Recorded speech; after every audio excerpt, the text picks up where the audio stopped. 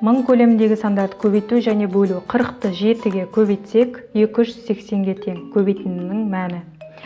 28 ондық бөлу 7 тең 4 ондық. Яғни ондықтың орнында 1 0 бар деген сөз. Бұны разрядтық түрде жіктеп айттық. Төртінші есепке бір мысалдан 4-тің асы А мен Б-ның көбейтіндісі. А-ның мәні 100-ге тең, Б-ның мәні 8-ге тең. Берілген санды жазып, оны 100-ге көбейтетін кезде 100-де 2 0 бар. Яғни оң жағына 2 0-ді тіркеп жазамыз. 800-ге тең екен, көбейтіндінің мәні 800. 4-тің әсі А мен Б-ны бөлу керек. А-ның мәні 630, В-ның мәні 10-ға тең. Санды 10-ға бөлгенде берілген санның оң жағындағы 1 0-ін алып тастаймыз.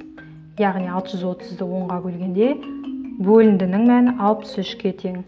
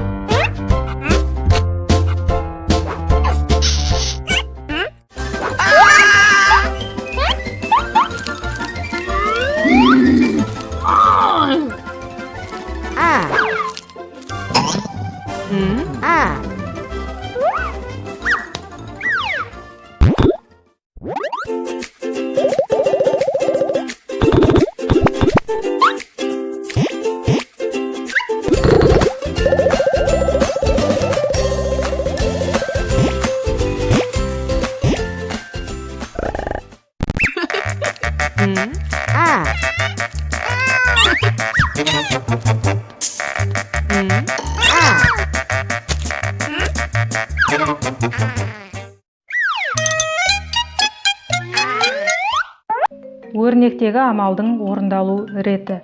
Бірінші, егер жақша тұрса, жақшадағы амал бірінші орындалынады. Одан кейін екінші, бөлу тұрса, бірінші бөлу орындалынады. Көбейту тұрса, көбейту орындалынады. Қайсысы ретімен тұр, солай орындалынады.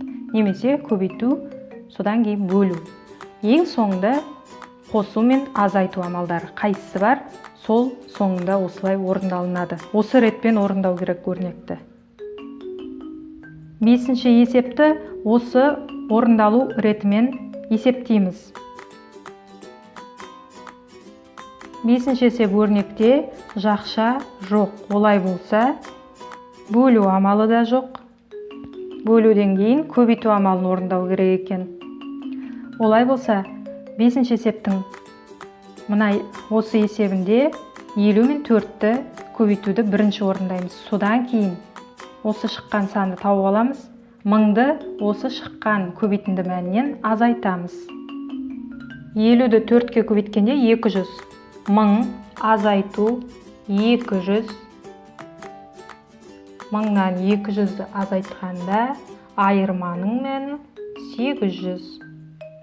Неке мына өрнек мәні шықты. Екінші өрнекті қарасақ, мұнда көбейту, қосу, бөлу амалдары бар екен. Жақша жоқ. Бірінші бөлу амалы тұрса, бөлу амалын бірінші орындаймыз. Олай болса, рет-ретімен бөлу амалы бірінші, одан кейін екінші көбейту, ең соңында қосу амалы. 630-ды 9-ға бөлсек, 70-ке тең. 50-ді 6-ға көбейтсек, көбейтіндінің мәні 300-ге тең.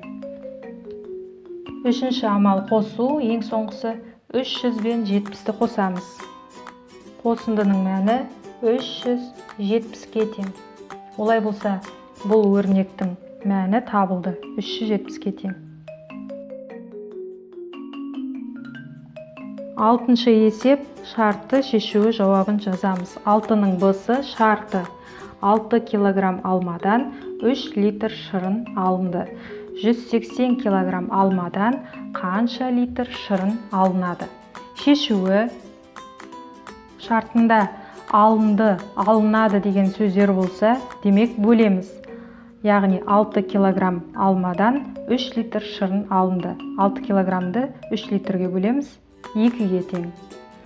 Енді 180 килограмм алманы осы шыққан бөліндінің мәніне бөлеміз. 180 килограммнан 2 килограммды бөлеміз. 180-ді 2-ге бөлгенде 90. Олай болса 180 килограмм алмадан жауабы 90 литр шырын алуға болады.